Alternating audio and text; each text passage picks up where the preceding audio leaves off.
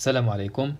Merci de me rejoindre pour cette nouvelle vidéo dans laquelle on va corriger l'exercice numéro 8 concernant le chapitre sur le travail et puissance d'une force. Lisons d'abord l'énoncé de l'exercice. Un skieur et son équipement de masse M égale à 80 kg remonte une pente rectiligne inclinée d'un angle alpha égal à 20 degrés grâce à un téléski. Donc voici le câble de ce téléski qui tire donc le skieur. La force de frottement exercée par la neige sur les skis a la même direction que la vitesse. Donc la direction du mouvement est celle-ci, et donc la direction de la vitesse est la même que la direction du mouvement. Tandis que le sens de la force de frottement est opposé au mouvement. Ça veut dire que, donc voici le sens du mouvement, la force de frottement aura un sens qui est opposé à ce sens du mouvement. D'accord ? La valeur de cette force de frottement est F égale à 30 newtons. Le téléski tire le skieur et son équipement à vitesse constante, d'accord, sur une distance AB égale à, donc L égale à 1500 mètres. Première question, faire l'inventaire des forces qui s'appliquent au système skieur et équipement. Il est représenté sur le schéma. Déterminer le travail du poids du système lors de ce déplacement. Troisièmement, déterminer le travail de la force de frottement lors de ce déplacement. Dernière question, la tension du câble qui tire le système fait un angle β égal à 60 degrés avec la ligne de la plus grande pente. Déterminer le travail de la tension du câble lors de ce déplacement. Commençons par la première question. Faire l'inventaire des forces qui s'appliquent au système, qui est dans ce cas le skieur et son équipement, et représenter ces forces-là sur un schéma. Alors, donc la première force qui s'applique toujours à un système qui a une masse, c'est le poids, donc la force exercée par la Terre sur le système. D'accord ? Donc P, c'est le poids du système. Donc la deuxième force, c'est la réaction du plan incliné. D'accord ? Et puisqu'ici nous avons du frottement, on sait que dans ce cas, la réaction du plan est une force qui est représentée par un vecteur incliné dans le sens contraire du sens du mouvement. Et donc il a deux composantes, une composante normale et donc une composante tangentielle qui est tout simplement les frottements. Donc nous avons Rn, donc l'une des composantes pour la réaction du plan, c'est la réaction normale du plan.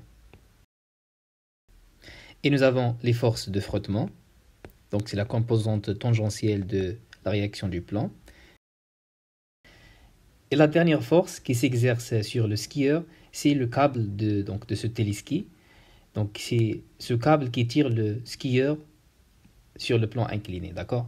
On va appeler donc cette force-là T, donc la tension du câble. Alors maintenant pour représenter les forces sur un schéma, j'ai donc utilisé un autre schéma pour la clarté. Donc voici le schéma que j'ai utilisé pour représenter ces forces-là. Donc vous voyez ici la force du poids. Là, il a donc comme point d'application le centre d'inertie du système. Donc je l'ai représenté par ce point ici. Et donc la tension du câble, donc le point d'application sur le point de contact entre le système et le câble. Pour donc la réaction du plan, voici la composante normale, donc la réaction normale du plan, et voici donc la force de frottement.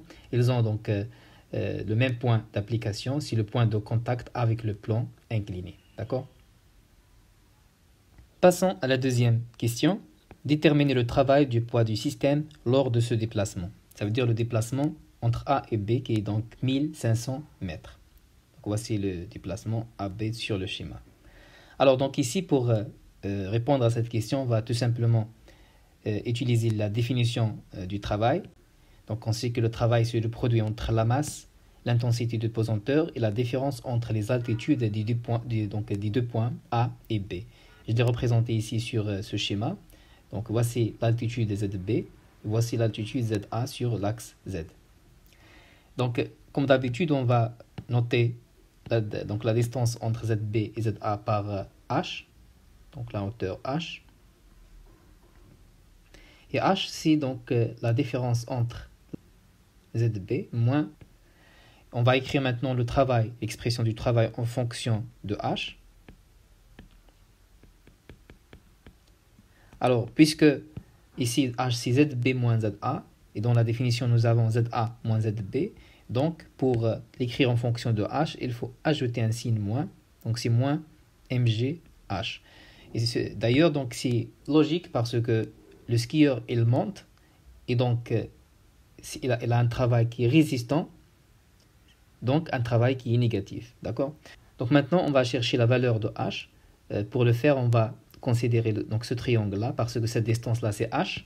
Donc nous avons ici un triangle qui est rectangle, d'accord? Et bien sûr, cet angle-là, c'est alpha. Et puisque nous avons deux droites qui sont parallèles, coupées par une séquente, donc cet angle-là, c'est alpha aussi, d'accord?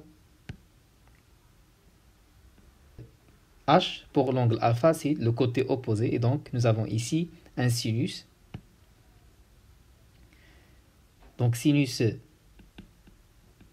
de alpha, c'est le côté opposé qui est H, divisé par l'hypoténuse qui est la distance AB. D'accord? Et à partir de ceci, on peut écrire que H, c'est AB fois sinus alpha. Alors, donc, le travail du poids dont le point d'application se déplace de A vers B, c'est moins mg fois donc AB fois sinus alpha. Donc ce qui reste maintenant, c'est de faire l'application numérique et calculer la valeur numérique de ce travail-là. Alors donc le travail du poids est égal. Moins donc la masse du système, c'est 80 kg. G, donc c'est 9,8 newtons par kilogramme. La distance AB, c'est 1500 mètres. Et l'angle alpha, c'est 20 degrés. En utilisant la calculatrice, on trouve finalement la valeur de ce travail-là. C'est 4,02 fois 10 à la puissance 5 joules. Moins, d'accord? Il ne faut pas oublier le moins, donc c'est un travail résistant. C'est un travail négatif, d'accord? Passons à la question numéro 3. Déterminer le travail de la force de frottement F lors de ce déplacement. C'est-à-dire toujours lors du déplacement AB qui est égal à 1500 mètres. Donc maintenant on va déterminer le travail de la force de frottement, sachant que nous avons déjà donc la valeur de cette force-là, c'est 30 newtons, d'accord? On va utiliser tout simplement la définition. Le travail de la force du frottement dont le point d'application se déplace de A vers B, donc est égal au vecteur force de frottement fois le vecteur déplacement. Donc c'est un produit scalaire qu'on va développer maintenant. Donc c'est F, donc la valeur de F, 30 newtons, fois donc la distance AB, fois le cosinus de l'angle entre les deux. D'accord?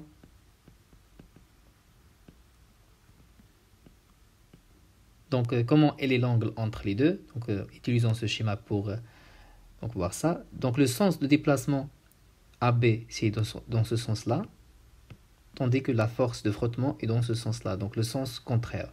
Donc elles sont parallèles, mais de sens opposé, ça veut dire que l'angle entre les deux, c'est 180 degrés. D'accord? Et donc le cosinus de 180 degrés, c'est tout simplement moins 1. Et donc on va écrire moins FAB. D'accord? Donc il reste ici à faire l'application numérique. Donc le travail de la force de frottement est égal à moins. Donc F, comme je dis ici, c'est 30 newtons. C'est 30 fois 1500. Donc ce qui nous donne finalement 4,5 fois 10 à la puissance 4 joules. D'accord?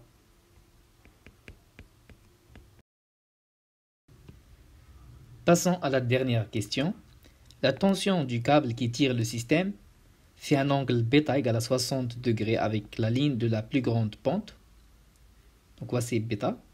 Donc c'est l'angle entre le câble qui tire le skieur et la plus grande pente qui est tout simplement la distance AB. Donc la question, il faut déterminer le travail de la tension du câble lors de ce déplacement. Donc alors, on va utiliser tout simplement la définition du travail d'une force. Donc le travail de la tension du câble, c'est tout simplement le produit scalaire entre donc la tension du câble et donc le vecteur de déplacement AB. Et en développant ce produit scalaire, ça nous donne l'intensité de la tension du câble fois la distance AB fois le cosinus entre les deux, qui est donc le cosinus de l'angle bêta. Ici, donc, cosinus bêta est connu parce que nous avons la valeur de bêta. La distance AB est connue aussi, donc 6500 mètres, tandis que la tension, disons l'intensité de la tension du câble est inconnue. Donc pour calculer ce travail-là, il faut d'abord calculer la tension ou l'intensité de la tension du câble. Donc pour calculer l'intensité de la tension du câble, nous avons comme information dans l'exercice que le système, ça veut dire le skieur et son équipement, a une vitesse constante.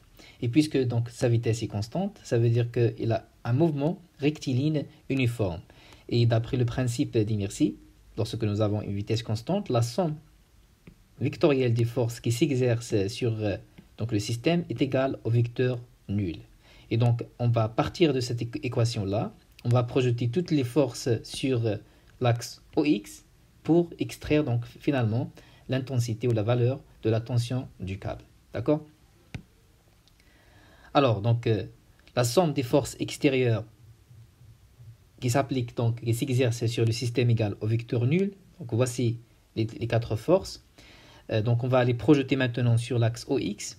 Et commençons par la réaction normale du plan incliné parce que donc c'est la plus simple. Elle est perpendiculaire à l'axe OX. Ça veut dire que sa projection est nulle. Donc, la force Rn, sa projection sur l'axe OX, c'est 0. Pour le poids, donc nous avons vu comment projeter le poids sur l'axe OX dans les exercices précédents. Donc la projection sur l'axe OX, ça nous donne cette distance-là, qui est PX. Et bien sûr, la projection, c'est dans le sens contraire de l'axe OX, et donc on aura un signe moins. Cet angle-là, c'est alpha. Donc pour savoir pourquoi cet angle, c'est alpha, veuillez consulter les solutions de l'exercice 7 et l'exercice 6. Donc, puisque Px ici, c'est le côté opposé à l'angle alpha. Donc, nous avons sinus alpha est égal donc au côté opposé qui est Px divisé par P. Donc, P, c'est la valeur de ce vecteur-là, le vecteur poids. Donc, c'est mg. Alors, donc, ce qu'on cherche, c'est la projection de P sur l'axe OX. Donc, Px, c'est m. Donc, c'est moins, comme j'ai dit, donc c'est moins m fois g sinus alpha. D'accord? Donc le moins, c'est parce que la projection est dans le sens contraire du sens de l'axe OX. D'accord? Donc je vais l'écrire ici. Donc pour P, nous avons moins M G sinus alpha. Pour Rn, j'ai dit c'est 0. Pour la force de frottement maintenant, donc la force de frottement, elle est parallèle à l'axe OX, mais elle est de sens contraire, donc le sens opposé de l'axe OX, donc c'est moins F. Pour la tension du câble, donc la projection sur l'axe OX, donc ça nous donne cette distance-là, d'accord, cette distance-là qui est T, et donc cette distance-là par rapport à bêta, c'est le côté adjacent, d'accord, donc je vais l'écrire ici, nous avons un cosinus maintenant, cosinus de bêta est égal donc au côté adjacent qui est Tx, donc ça c'est Tx, d'accord? C'est la projection de T sur l'axe OX, Tx, d'accord? Donc Tx divisé par la valeur de la tension du câble qui est T, donc c'est ce qu'on cherche. Donc Tx c'est quoi? La projection de T sur l'axe OX, c'est tout simplement T fois cosinus bêta. Et donc nous avons ici T cosinus bêta est égal à 0. Donc, puisqu'on cherche la valeur, l'intensité de la tension du câble, donc on doit l'isoler. Donc, nous aurons ici T cos bêta est égal. Donc, je vais faire déplacer les deux termes ici de l'autre côté. Donc, ça doit être plus mg sinus alpha plus f. D'accord? Donc ce qu'on cherche c'est T, donc T c'est M fois G fois sinus alpha plus F divisé par cosinus bêta. Normalement, tous les paramètres que nous avons ici, donc nous connaissons leur valeur numérique, donc on peut calculer T. Mais donc ici, vous pouvez faire la remarque que nous avons ici dans la définition du travail qu'on cherche, donc T fois AB fois cosinus bêta. Donc si je remplace T par son expression, le cosinus bêta ici, il va se simplifier avec ce cosinus bêta. D'accord? Donc avant de faire l'application numérique, donc je vais remplacer T ici par son expression. Et d'ailleurs, donc ça vous donne une information, même si donc ils n'ont pas fourni la valeur de bêta dans l'exercice, on peut calculer le travail. D'accord? On n'a pas besoin de la valeur numérique de bêta. Donc remplaçons cette expression dans l'expression du travail. Donc le travail de T bêta. Donc je simplifie cosinus bêta avec cosinus bêta. Donc il ne reste à faire l'application numérique maintenant.